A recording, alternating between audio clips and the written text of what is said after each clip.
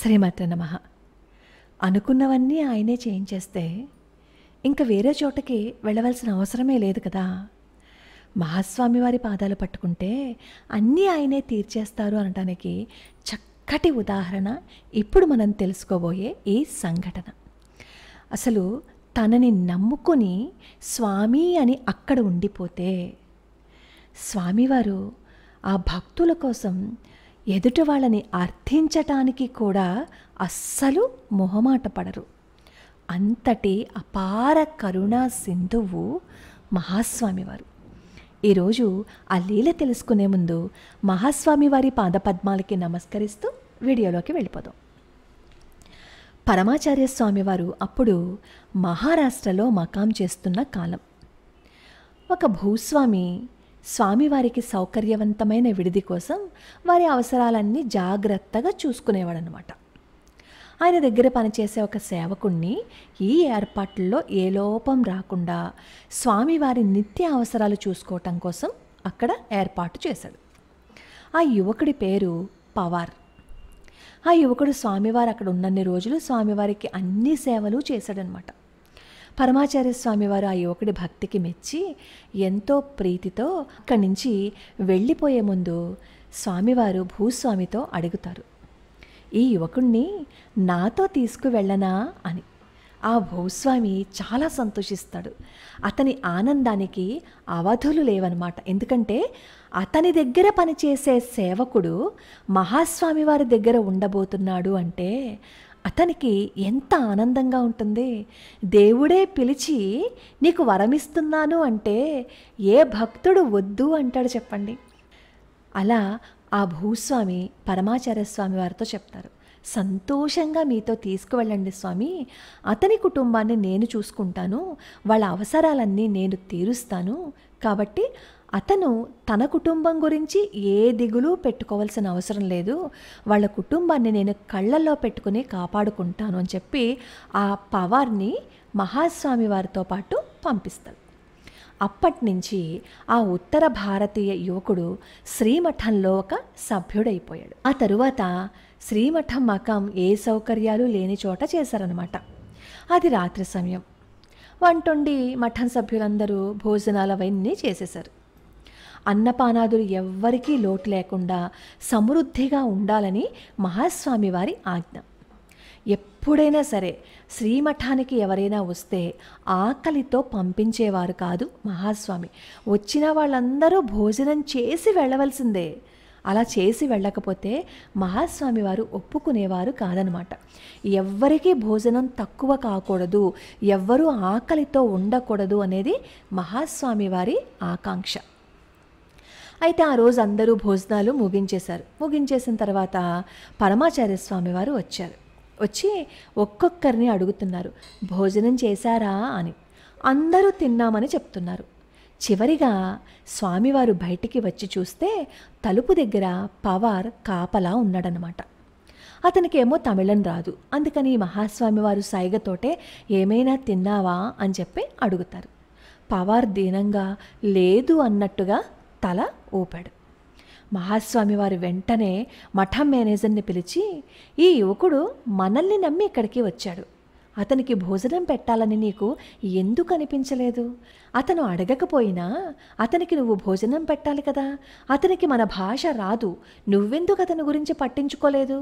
కనీసం తిన్నావా అని అయినా అడిగావా? మీరందరూ తినేశారు, వంట వార్పు ఆపేశారు. ఈ నిర్మానుష్య ప్రదేశంలో అతనికి తినడానికి ఏం దొరుకుతుంది అని చెప్పి అడుగుతారు మహాస్వామి కోపంగా. ఆ మేనేజరు మహాస్వామి వారితో, తప్పైపోయింది స్వామి, ఆ పవారికి ఏదైనా తినడానికి నేను ఏర్పాటు చేస్తాను అని అంటాడు. కొద్దిసేపటి తర్వాత ఒక వ్యక్తి సైకిల్లో ఒక క్యారేజ్తో అక్కడికి వస్తాడు. అక్కడ ఉన్నవాళ్ళు ఆ వ్యక్తిని వివరాలు అడిగితే, ఇక్కడ మీరు గుడారాలు అవన్నీ వేసుకున్నారు కదా, వెలుగు కనపడింది, అందుకే నేను ఇక్కడికి వచ్చాను, కొంచెం దూరంలో ఉన్న వాళ్ళకి భోజనం తీసుకువెళ్తున్నాను, దారిలో స్వామివారిని దర్శించుకుందామని ఇక్కడికి వచ్చాను అని చెప్పి చెప్తాడు. చెప్తే వెంటనే పరమాచార్య స్వామి వారు ఆ వ్యక్తితో పవార్ని చూపిస్తూ, నువ్వు తీసుకెళ్తున్న దాంట్లో కొద్ది ఆహారం అతనికి ఇవ్వగలవా అని అడుగుతారు. అపార కరుణకు సాకార రూపమైన మహాస్వామి వారు తన సేవకుని కోసం ఒక అజ్ఞాత వ్యక్తిని అర్థిస్తున్నారు అంటే అసలు ఆ పవార్ జీవితం ఎంత ధన్యమైపోయిందో ఒక్కసారి ఆలోచించి చూడండి. ఎంత అదృష్టం చేసుకుంటే అతని కోసం మహాస్వామి వారు అలా అడుగుతారు. అది ప్రేమ అంటే, అది ఆచరించి చూపించటం అంటే.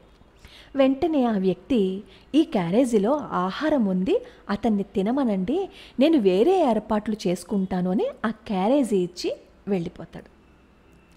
అక్కడ ఉన్నవాళ్ళు దాన్ని తెరిచి చూస్తే ఉత్తర భారతీయుల ఆహారం. ఈ పవర్ ఎవరు? ఉత్తర భారతీయుడు కదా. ఆ క్యారేజీ తెచ్చిన అతను ఏ ఆహారాన్ని తెచ్చాడు? వేడి వేడి చపాతీలు, కూరగాయల సబ్జీ అందులో ఉంది. స్వామివారు నవ్వుతూ పవార్ని చూసి తిను అన్నారు. తన కోసం ఇలా ఎవరినో మహాస్వామి వారు అర్థించటం చూసి పవార్ కదిలిపోతాడు. ఆ తరువాత ఆ వ్యక్తి ఎప్పుడు మళ్ళా ఆ క్యాంపు వైపుకి రాలేదు. కనీసం అక్కడ వదిలిపెట్టిన క్యారేజీ తీసుకుని వెళ్ళడానికి కూడా రాలేదు. వచ్చిన వాళ్ళు ఎవరై ఉంటారు? ఈ పాటికి మీకు అర్థమైపోయే ఉంటుంది కదా. పవార్కి మహాస్వామి వారే ప్రపంచంలా మారిపోయింది. మఠంలో శాశ్వత ఉద్యోగి అయిపోయాడు.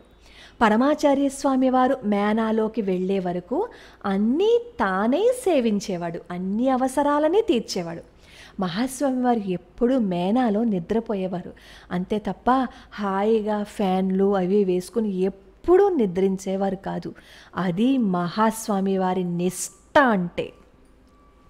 కొన్ని సంవత్సరాల తర్వాత పవార్ కుటుంబం స్వామివారి దర్శనానికి కాంచీపురం వచ్చింది. కొన్ని రోజులుండి స్వామివారిని వాళ్ళు దర్శించుకుంటారు. ఆ తర్వాత ఏమో తిరుమల వెళ్ళి శ్రీనివాసుని దర్శించుకోవాలని చెప్పి అనుకుంటారు. పవార్ కూడా మహాస్వామి వారి దగ్గరికి వచ్చి, మా వాళ్ళు ఇలా తిరుపతి వెళ్ళాలని అనుకుంటున్నారు, వెళ్ళమంటారా అని చెప్పి అడిగితే, సంతోషంగా వెళ్ళి రమ్మను అని చెప్పి మహాస్వామి వారు చెప్తారు. మనసులో పవార్కి కూడా తన కుటుంబంతో తిరుమల వెళ్ళాలి అని చెప్పి ఉంది. అయితే దానికి మహాస్వామి వారి ఆశీస్సులు, అనుమతి కావాలి. అది కాకుండా మహాస్వామి వారిని వదిలి వాళ్ళతో వెళ్తే స్వామివారి అవసరాలు ఎవరు చూసుకుంటారు? కేవలం ఒక్కరోజు మాత్రమే వెళ్ళి వద్దామని మహాస్వామి వారిని అనుమతి అడుగుతాడు. అడిగితే మహాస్వామి వారు అంటారు, నీకు బాలాజీని చూడాలని ఉందా? సరే, వాళ్ళతో కూడా వెళ్ళు అని సెలవిచ్చారు మహాస్వామి వారు. అసలు మామూలుగా ఈ పవార్ యొక్క దినచర్య ఏంటి? స్వామివారు మేనాలోకి వెళ్ళగానే దాని తలుపులు మూసేసి మళ్ళీ పొద్దున్నే స్వామివారి కంటే ముందే మేలుకుని స్వామివారి మేనా తలుపులు తీయటం పవార్ దినచర్య కదా. ఆ రోజు కూడా ఈ పవార్ ఏం చేశాడు అంటే తన కుటుంబంతో తిరుమల వెళ్ళాలని మేనా తలుపులు తీసి ఉదయం చేయవలసిన పనులన్నీ చేసి తిరుమలకి వెళ్దామని అనుకుంటాడు. రోజు తను ఏ విధంగా అయితే చేస్తున్నాడో అలాగే చేద్దామని అనుకున్నాడు. తెల్లవారగానే మేనా తలుపులు తీసి లోపలికి చూసి స్థాణువై భక్తితో కన్నుల నీరు కారిపోతూ ఉండగా స్వామివారికి సాష్టాంగం చేసి నమస్కరించాడు. ఎందుకు నమస్కరించాడు? ఎందుకంటే అతనికి మేనాలో స్వామివారికి బదులుగా కలియుగ ప్రత్యక్ష దైవమైన తిరుమల శ్రీనివాసుడు దర్శనమిచ్చారు. మహాస్వామి వారు తమ కరుణాపూరితమైన చూపులతో చూడగా ఆ చూపుల్లో, నీకు తెలియదా నీ బాలాజీ ఇక్కడే ఉన్నాడు అని అన్నట్టు తోచింది పవార్కు. కొంచెం సేపు పవార్ మౌనంగా ఉన్నాడు. చిన్నగా స్వామివారిని చూస్తూ, నేను వారితో తిరుమల వెళ్ళటం లేదు అని చెప్పి తన దినచర్యకి ఉపక్రమించాడు. పవార్ తన మనసులో, అన్నీ అందించగలిగే దేవుడు ఇక్కడ ఉండగా దేవుని కోసం వేరే చోట వెదకటం ఎందుకు అనుకున్నాడు. స్వామివారికి ఎవరిని ఎప్పుడు ఎక్కడ ఎలా అనుగ్రహించాలో బాగా తెలుసు. వారు త్రికాల వేదులు, కాలాతీతులు. అలాగే మహాస్వామి వారు అందరికీ ఒక మంత్రాన్ని కూడా ఇచ్చారు.